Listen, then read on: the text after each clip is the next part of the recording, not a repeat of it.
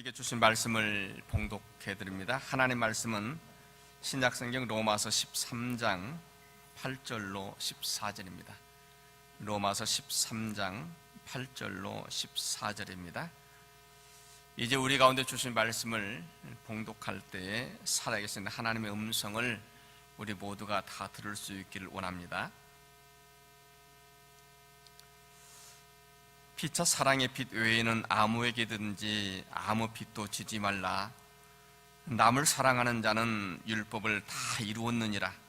간음하지 말라, 살인하지 말라, 도둑질하지 말라, 탐내지 말라 한 것과 그 외에 다른 계명이 있을지라도 내 이웃을 내 자신과 같이 사랑하라 하신 그 말씀 가운데 다 들었느니라. 사랑은 이웃에게 악을 행하지 아니하나니 그러므로 사랑은 율법의 완성이니라. 또한 너희가 이 시기를 알거니와 자다가 깰 때가 벌써 되었으니 이는 이제 우리의 구원이 처음 믿을 때보다 가까웠습니다. 밤이 깊고 낮이 가까웠으니 그러므로 우리가 어둠의 일을 벗고 빛의 갑옷을 입자. 낮에와 같이 단정히 행하고 방탕하거나 술 취하지 말며 음란하거나 호색하지 말며 다투거나 시기하지 말고 오직 주 예수 그리스도로 옷 입고 정욕을 위하여 육신의 일을 도모하지 말라. 아멘.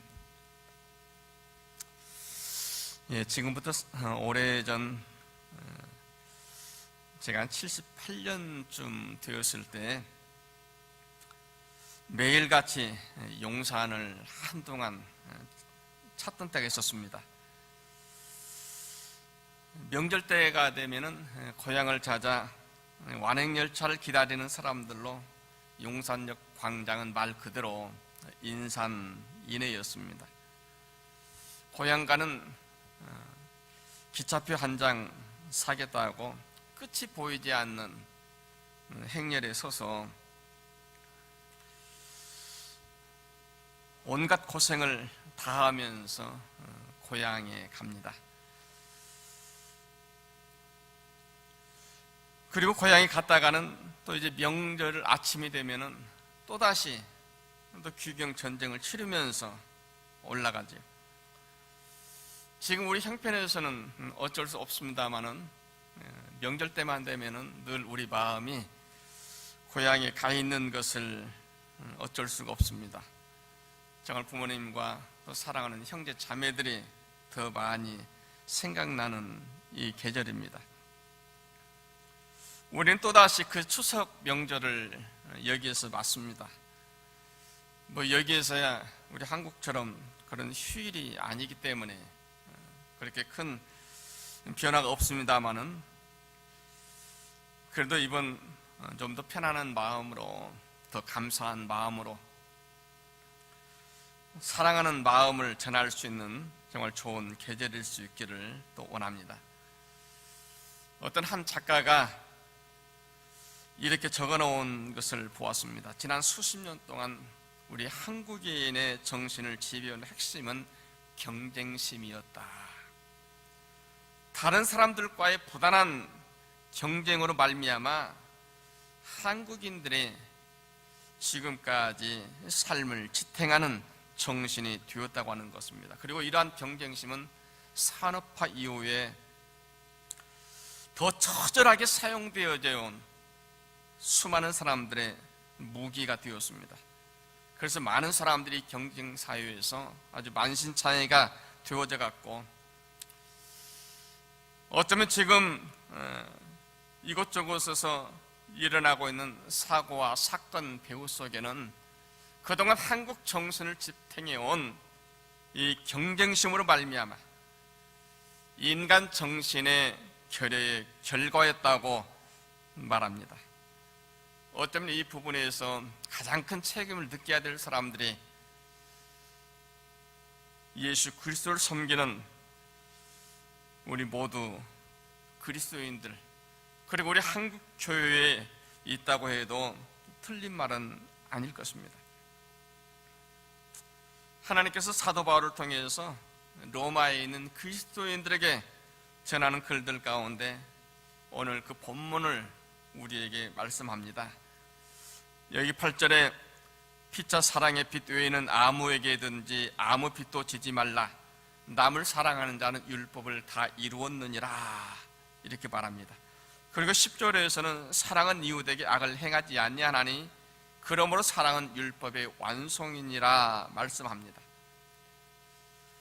여기 8절 말씀을 킹제임스 번역 성경에 보면은 서로 사랑하는 것 외에는 아무에게도 아무 빚을 짓지 말라. 다른 사람을 사랑하는 사람은 율법을 다 이룬 것이라 말합니다. 여러분, 여기에 보면은 우리 그리스도인들이 세상을 살아가는 방법에 대해서 아주 분명하게 우리에게 말하는 것을 봅니다. 우리가 세상을 살아가는 방법은 오직 사랑의 빛 외에는 그 어떠한 빛도 다른 사람들에게 남겨두어서는 안 된다고 말합니다. 다시 말하면은 우리가 세상을 살아가는 목적이 있다고 한다면은 그것은 내가 받은 사랑, 그 사랑의 빛을 갚기 위해서 세상을 사는 사람들이라 이렇게 말씀하는 겁니다.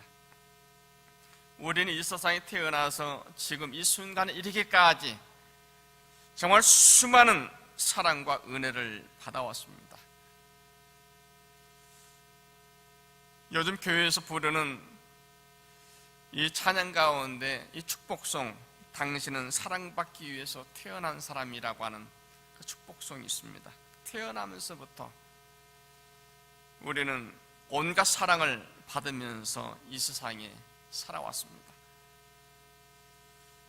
그 찬양 가사처럼 태초부터 시작된 하나님의 사랑이 정말 여러분 한 사람을 통해서 열매를 맺어왔습니다. 여러분, 우리는 지금까지 정말 수많은 사람들로부터 말로 다 할 수 없는 사랑과 은혜를 입었습니다. 부모님으로부터, 또 학교에서 선생님들로부터, 수많은 친구들로부터, 직장생활을 하면서 직장 동료로부터, 사회에서 만난 수많은 사람들로부터 우리는 정말 많은 사랑과 은혜를 입어왔습니다. 그리고 무엇보다도 우리는 하나님께로부터 받은 큰 은혜가 있습니다. 나를 구원해 주시기 위해서 독생자를 이 세상에 보내주신 하나님의 놀라우신 사랑이 있습니다. 나를 대신해서, 내 죄를 대신해서 십자가에서 친히 내 모든 죄를 대신해서 죽어주신 어린 양 예수 그리스도의 사랑이 있습니다. 우리가 지금까지 받아온 그 사랑 하나하나를 생각할 때 우리는 남은 평생을 다해서 내 온갖 노력을 다해도 그 사랑 다 갚을 길이 없습니다. 자녀들을 양육하면서 그런 생각을 간혹 합니다. 아이들이 때로는 정말 부모님께 최선을 다해서 섬기는 모습을 보게 되어집니다. 그런데 여러분, 이것을 보면은 바로 저와 여러분들이 나를 낳으시고 또 길러주신 부모님께 하는 모습 그대로입니다. 어떻습니까? 어떤 분들이 그럽니다. 내가 자녀들에게 한 100분의 1, 1000분의 1이라도 부모님께 할 수만 있다고 한다면 정말 세상에서 제일 가는 효자라고 하는 소리를 들을 터인데 그러지 못한다고 하는 것이죠. 정말 내가 받은 그 은혜와 그 사랑 나름대로 정말 보답하겠다고 노력해 보지만은 아무리 힘쓰게 애쓴들 내가 받은 그 사랑의 1000분의 1, 10,000분의 1도 다할 수가 없는 겁니다. 그래서 사랑이라고 하는 것은 내리사랑이라고 말합니다. 오늘 말씀에서는 너희는 서로 사랑하는 것 외에는 아무에게도 아무 빚도 지지 말라 말씀합니다. 내가 이 세상을 살아가는 이유가 있다고 한다면은 그것은 내가 받은 그 사랑의 빛을 조금이라도 더 갚아가기 위해서, 나도 주님께서 나에게 말씀하신 처럼 서로 사랑하며 살아가는 것이라고 하는 것을 기억하라 하는 겁니다. 여러분, 우리가 이 세상을 살아가는 다른 이유가 있을 수 없습니다. 우리는 사랑하기 위해서 살아가는 사람이라고 하는 겁니다. 그저 내 남은 인생 최선을 다해서 서로를 사랑하고 섬기는 일에 내 모든 인생이 걸려 있다고 하는 겁니다. 왜냐하면 우리는 사랑에 큰 빛을 지고 사는 사람들이기 때문에 그렇습니다. 빚이라고 하는 것은 갚아야 됩니다. 여러분, 빚을 있는 그대로 내버려두면 결국은 큰 낭패를 당합니다. 생각해 보십시오. 내가 은행에서 얼마간의 대출을 받았습니다. 근데 시간이 되어도 그 빚을 갚지 못한다고 한다면 어떻게 됩니까? 은행이 가만히 있습니까? 독촉을 하고, 만약 내가 집을 담보로 해서 돈을 빌렸다고 한다면 결국 내가 살던 집이 경매로 넘어가게 되어집니다. 내 월급 봉투는 차압을 당하게 되어집니다. 이 정도 되어지면 정말 고달파지지요. 어쩌면 하루하루 살아가는 시간들이 그저 아무 소망 없이 끔찍한 그런 시간들이 되어질 것입니다. 살아도 살아있는 게 아닙니다. 내가 갚아야 될 빚이 있다고 한다면 그것은 하루라도 속히 갚아야 됩니다. 그래서 성경에서는 그렇게 말하는 겁니다. 아무에게든지 어떠한 빚도 지지 말라. 사람이 누군가에게 어떠한 빚을 지고 산다고 하는 것 참 불안합니다. 그래서 이러한 빚은 들 수 있으면 속히 청산해야 됩니다. 그래야만이 사람이 사람다운 삶을 살아갈 수 있습니다. 근데 사람이 아무리 노력하고 또 열심히 갚아나가도 갚을 수 없는 빚이 있습니다. 성경이 말하는 사랑의 빚입니다. 우리가 아무리 열심히 노력해도 갚을 수 없기 때문에 그러면 그냥 내버려 둬야 되느냐? 그것 아닙니다.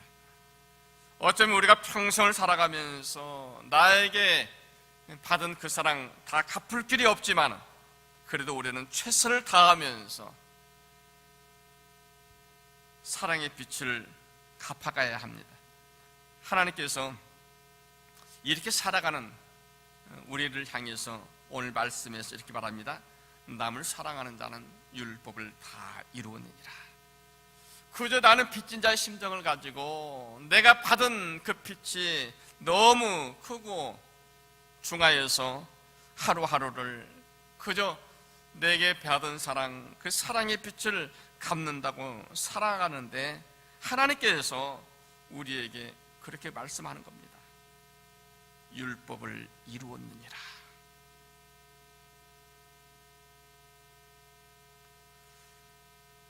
어떤 사람들은 율법은 구약시대나 있었기 때문에 지금은 상관이 없다고 그렇게 말하는 분들도 있습니다.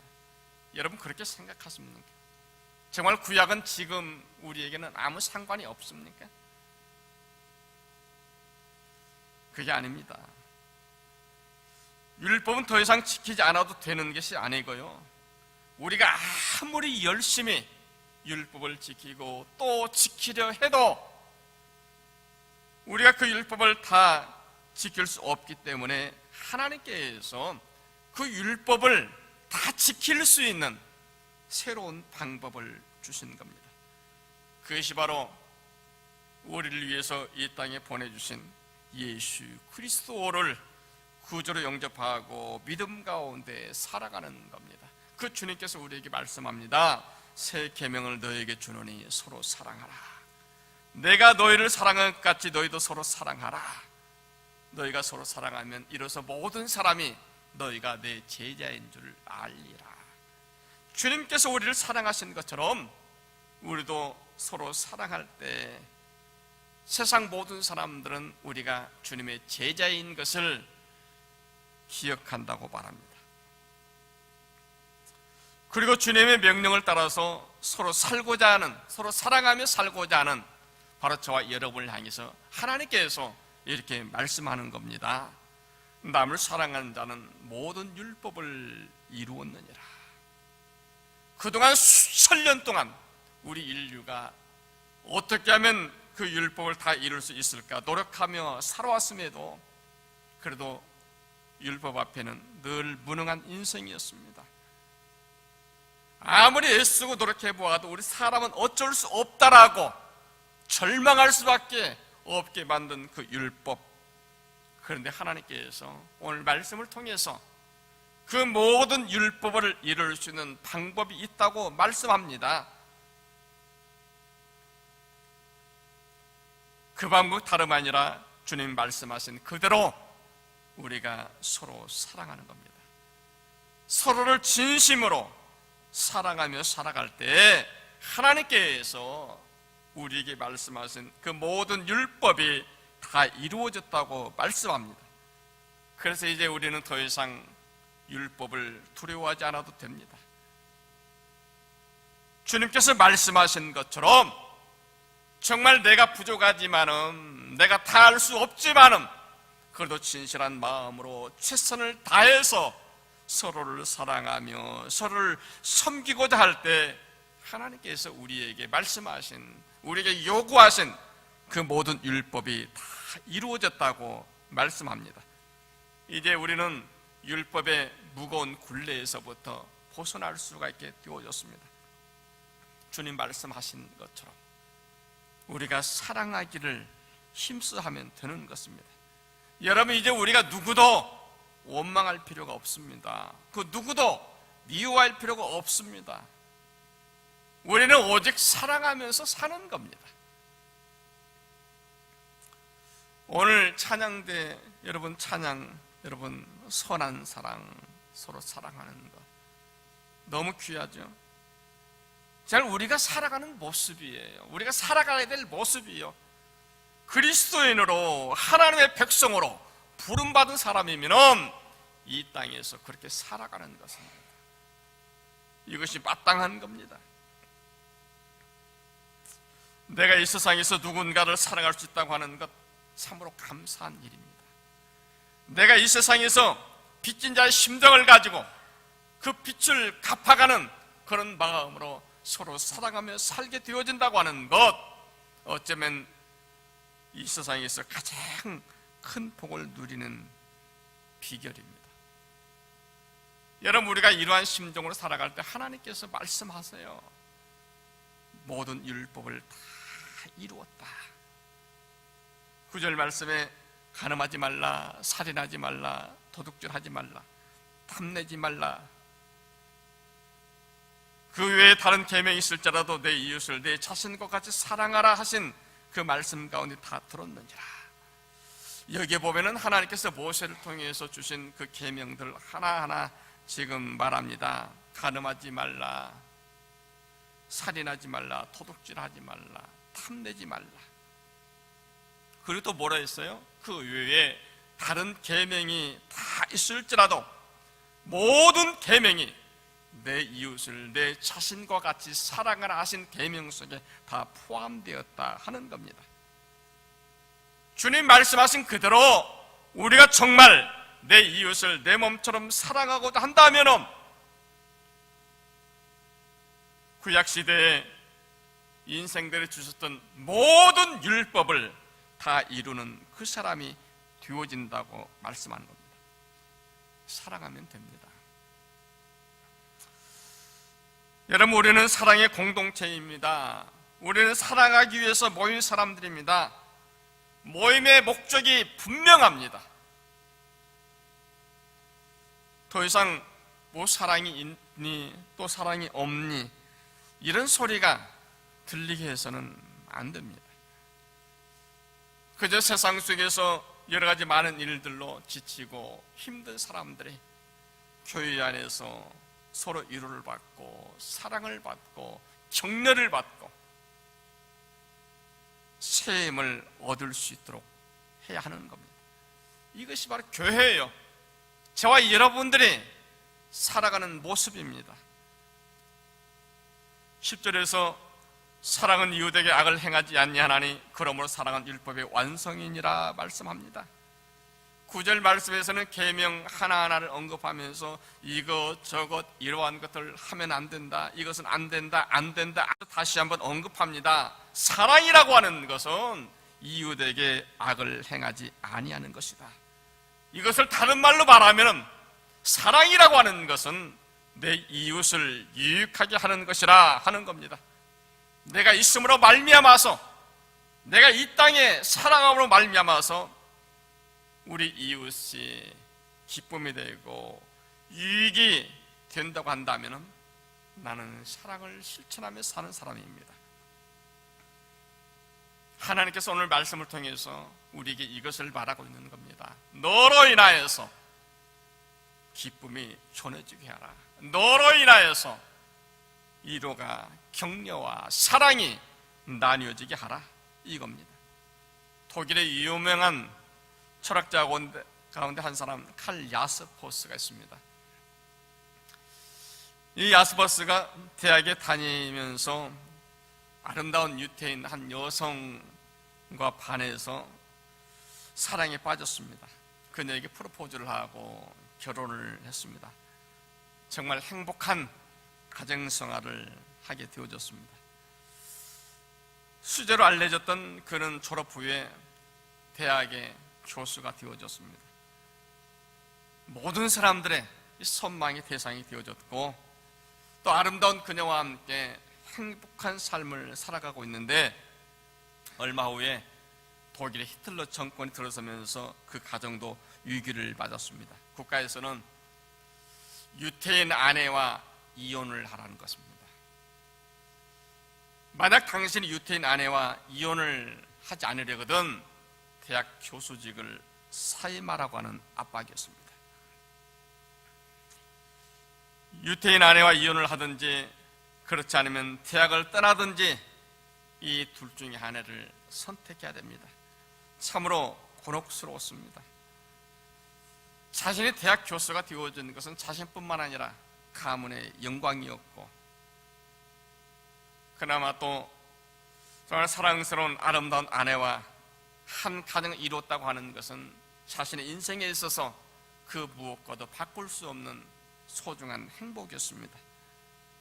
그런데 지금 대학 당국에서는 이 둘 중에 하나를 버려야 된다고 하는 것입니다. 대학 교수로 남아있든지 아니면은 유태인 아내를 결별하든지 하는 것입니다. 오랜 고민 끝에 야스퍼스는 결국 아내를 택하고 교수직을 포기합니다. 그런데 국가에서는 이것으로 끝내지 아니하고 유태인 아내와 함께 산다고 하는 이유로 그 어떤 강연도, 정말 그 어떤 저술 활동도 하지 못하겠습니다. 그럼에도 불구하고 야스퍼스는 한 번도 아내를 원망하지 않습니다. 오히려 불안해하는 그 아내를 위로하고 격려합니다. 초인종 소리만 울려도 혹시 아내를 잡으러 오는 사람은 아닌가 하고 그냥 진땀이 흘렀습니다. 그로부터 몇 년이 흐른 이후에 독일이 완전히 항복했다고 하는 소식을 듣고서 이들 부부는 서로 감싸안고 얼마나 기뻐했는지 모릅니다. 야스퍼스 아내는 그 남편을 진심으로 사랑했습니다. 정말 가문의 영광이요 일신의 출세인 독일 대학의 교수직도 아내와의 사랑을 지키기 위해서 모두 다 헌신자처럼 버려버린,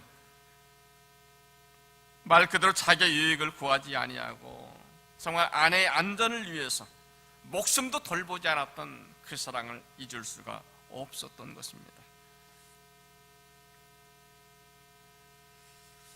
우리가 세상을 살다 보면은 때로는 정말 사랑을 위해서 선택을 해야 될 때가 옵니다.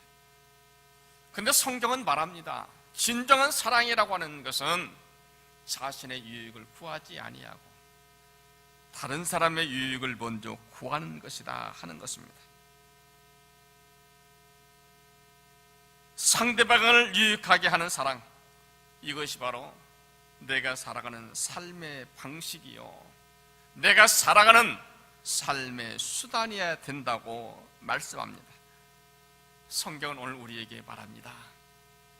남을 사랑하는 것, 이것은 모든 율법을 다 이룬 것이다.